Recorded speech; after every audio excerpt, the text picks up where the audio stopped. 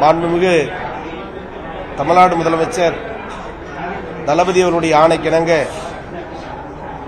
உயர்கல்வித்துறையில் கல்லூரி கல்வி இயக்ககத்தின் சார்பில் இன்னைக்கு முப்பெரும் விழா திறந்தவெளி பல்கலைக்கழக விழா அரங்கில் நடைபெற்றுக் கொண்டிருக்கிறது. ஐயன் வள்ளுவன் சிலை திறந்து 25 ஆண்டுகள் நிறைவு வெள்ளி விழா. சிலை நிறுவப்பட்ட வெள்ளி விழாவை வள்ளுவருக்கு புகழ் சேர்க்க, வள்ளுவத்திற்கு புகழ் சேர்க்க, மொழிக்கு பெருமை சேர்க்க தமிழ்நாடு முதலமைச்சர் எடுத்த அரிய முடிவு மாவட்டங்கள் தோறும் வள்ளுவருடைய படம், அவருடைய ரீம், குறும்படம் போன்ற போட்டிகளை நடத்தி அதன் மூலம் வள்ளுவரையும் வள்ளுவத்தையும் தமிழின் பெருமையை தமிழ்நாடு முழுவதும் பறைப்பட நினைத்தார் முதலமைச்சர் அவர்கள். அதை ஒட்டி வெள்ளி விழா கொண்டாடுகிற இந்த ஆண்டில் மாணவ மாணவிகளுக்கான போட்டிகளை மாவட்டங்கள் தோறும் நடத்த கல்லூரி கல்வியகத்திற்கு உயர்கல்விக்கு உத்தரவிட்டார். தேர்வு செய்யப்பட்ட கன்னியாகுமரி மாவட்ட மாணவ மாணவியர்களுக்கு மாண்புமிகு தமிழ்நாடு முதலமைச்சர் அவர்கள் அன்றைக்கே சான்றிதழ் பரிசுகளை வழங்கி பெருமை சேர்த்தார்.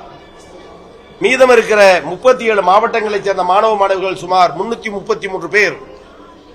அவர்களுக்கு 3 பரிசுகள். முதல் பரிசு 3500, இரண்டாம் பரிசு 2500, முதல் 3ஆம் பரிசு 1500 வீதம் இன்றைக்கு 333 நபர்களுக்கு வழங்கி இருக்கிறோம்.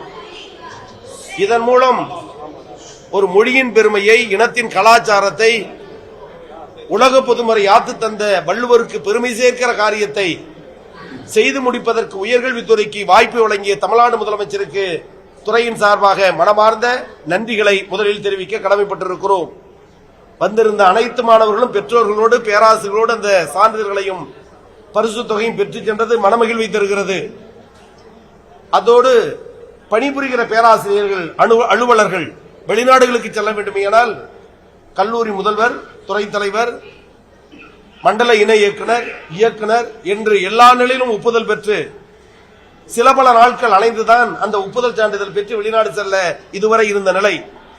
எதிலும் எளிமைப்படுத்த வேண்டும், அது மாணவர்கள் பேராசிரியர்களுக்கு பயன்பெற வேண்டும் என்று எண்ணி அவ்வப்போது ஆலோசனை வழங்குகிற முதலமைச்சர்கள் தந்த யோசனை இணையவழி மூலம் அவர்களுக்கு அந்த தடையில்லா சான்றிதழ் அனுப்புவதற்கான ஒப்புகை சான்றிதழ் வழங்க வேண்டும் என அதற்கான துவக்கத்தையும் இன்றைக்கு நாங்கள் இங்கு துவங்கி இருக்கிறோம். ஆக இனி காலதாமதம் இல்லாமல், யார் யாரையும் தேடாமல், மன உளைச்சல் அடையாமல் உரிய வகையில் அவர்கள் வெளிநாடு செல்வதற்கான வழிவகையை எளிய முறையில் செய்து தந்திருக்கிறார் நம்முடைய தமிழ்நாடு முதலமைச்சர் அவர்கள்.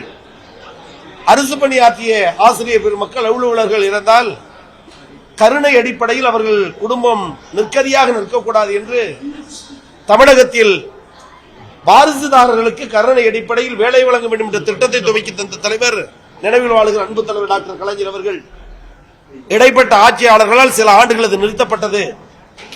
மீண்டும் தமிழக முதல்வராக கலைஞர் பொறுப்பேற்ற உடன் போட்ட உத்தரவு கருணை அடிப்படையில் வேலை இல்லாமல் இருக்கக்கூடியவர்களுக்கு மீண்டும் வழங்கப்படும் என்ற அந்த ஆணையை பிறப்பித்து ஆயிரக்கணக்கான அரசு ஊழியர்கள், ஆசிரியர்கள், அலுவலகத்தை சார்ந்த குடும்ப வாரிசுகள் அந்த பலன்களை பெறுகிறார்கள். அதன் அடிப்படையில் இன்றைக்கு சுமார் 7 பேருக்கு மேலாக கருணை அடிப்படையிலும் பணி நியமன சான்றிதழை அந்த வாரிசுகளுக்கு வழங்கியிருக்கிறோம்.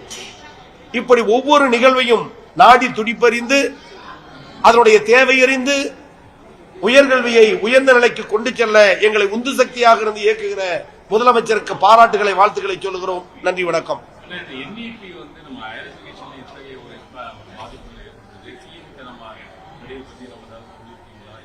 தமிழ்நாடு முதலமைச்சர் சொல்லியிருக்கீர்களா என்ற வார்த்தையை விட அவ்வப்போது நடக்கிற நிகழ்வுகளை எங்களுக்கு சொல்லிய வண்ணம் அந்த துறையை கூர்தீட்டிக் கொண்டிருக்கிறார். அனைத்தும் அறிந்தவர் அவர்.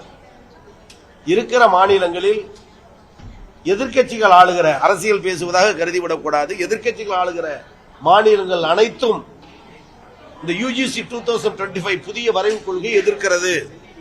முதலில் தீர்மானம் நிறைவேற்றியது தமிழ்நாடு, அதைத் தொடர்ந்து கேரளா, இன்னும் பல மாநிலங்கள் அதற்கான எதிர்ப்பு அலைகளை தெரிவித்த வண்ணம் இருக்கிறார்கள். நேற்றைய தினம் கூட நாங்கள் சொல்வதை ஒப்புக்கொள்ளவில்லை என்றால் என்ற மிரட்டல் துறையில் மத்திய அமைச்சர் பேசியிருக்கிறார். இந்த மிரட்டல் எல்லாம் கல்வித்துறைக்கும் மாணவர்கள் வளர்ச்சிக்கும் பயன் தராது.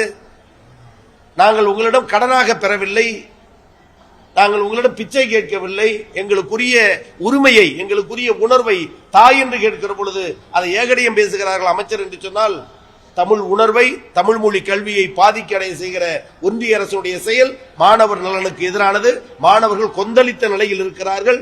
தமிழகத்தின் தன்னிலையை காட்ட வரும் என்று முதலமைச்சர் எச்சரிப்பது ஒரு நாகரிகமான அளவுகோல் என்பதை ஒன்றிய அரசு புரிந்து உரிய வழியில் விரைந்து நிதியை ஒதுக்கி தருமாறு கேட்டுக்கொள்கிறோம்.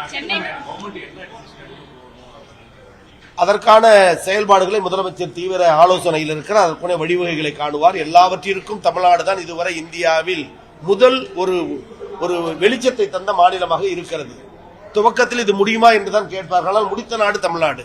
அது இடஒதுக்கீடாக இருந்தாலும் சரி, பல்வேறு சமச்சீர் கல்வி திட்ட பாட வகுப்பு நடத்த வேண்டுமா வேண்டாமா என்று முடிவெடுத்ததாக இருந்தாலும் சரி, பல மாநிலங்களுக்கு முன்னுதாரணமான முன்மாதிரியான தீர்ப்பை பெற்று தந்த தமிழ்நாடு இதிலும் பெரும் என்ற நம்பிக்கை உண்டு. எனவே முதல்வர் சொல்வதை போல் நிதிக்காக மண்டியிட மாட்டோம். தன்மானத்தோடு தமிழகத்தை உயர்கல்வியில் உயர்த்தி செல்வோம். நன்றி. சென்னை பல்கலைக்கழகத்தில் ஆராய்ச்சி படிப்பு படிக்கக்கூடிய மாணவர்களுடைய கட்டணங்கள் உயர்த்தப்பட்டிருப்பதா மாணவர்களுக்கு அதுபோல ஒரு சூழல் இருப்பதாக அறியவில்லை. ஆனால் ஒரு சில பாடத்திட்டங்களுக்கு ஒரு சில ஆய்வு மாணவர்களுக்குரிய அந்த கட்டண சலுகை என்பது ஏற்ற இறங்க இருக்கும். ஆர்ட்ஸ் அண்ட் சயின்ஸ் என்பது நிலைவுகள் வேறு, அடுத்தடுத்த திட்டங்கள் என்பது. ஆனால் ஏற்றப்படுகிற சூழ்நிலையை இந்த அரசு விரும்பாது, உயர்கல்வி விரும்பாது. உரிய நடவடிக்கை எடுத்து என்ன என்பதை அரசு தெளிவாக தெளிப்படுத்தும். மாணவர்களுக்கு சமநிலை கல்வியும் அதிகமான கட்டண சுமையும் தராமல் கல்வியை தர வேண்டும் என்பதில் முதலமைச்சர் கவனமாக இருக்கிறார். அப்படி ஒருவேளை செய்யும் பட்சத்தில் அது என்னவென்று ஆராய்ந்து தக்க முடிவெடுத்து ஏழை மாணவர்களுடைய கல்வி எளிய வரையில் கிடைக்கும் உயர்கல்வித்துறை துணை நிற்கும். நம்பிக்கை